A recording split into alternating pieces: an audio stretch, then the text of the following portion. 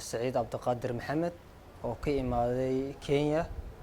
wadankayga hooyo ayaan ku soo laabtay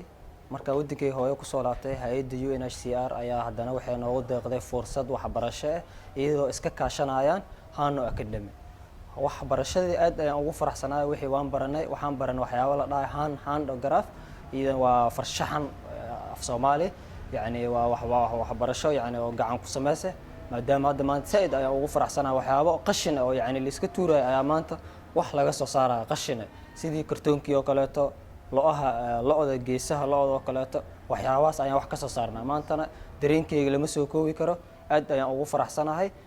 maantana waxaan ku rajaynahay maadaama aan bogay maalmihii ugu dambeysay ay tahay inaan haddaan magaalada galan aan ku shaqeysan karo aan ku maareyn karo nafsadeeda iyo dhammaan ummadda Soomaaliyeed hataa aan ugu shaqeyn karo waana ku faraxsanahay waxaan u mahad celinayaa UNHCR iyo Hano Academy oo iyadana si aad yani xoog noogu geysatay waana mahadsantiin dhammaan aniga magaciisa Cadiye Cusmaan Cumar waxaan ka imaaday dalka Kenya waxaa dib ii soo celisay UNHCR haddana waxaan halkaan aan joogaa dalka Soomaaliland ku soo laabtay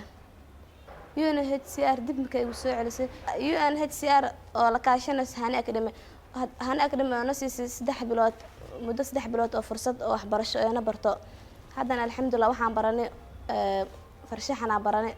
farshaxanku waxa waaye sida hada kartoonka camal wax ka sameynaysa qurxinta guriga laga sameeyay babis calna ka sameynaysa geesiga looda la soo qaaday laga sameeyay dhiga laga sameeyay katiinkiisa laga sameeyay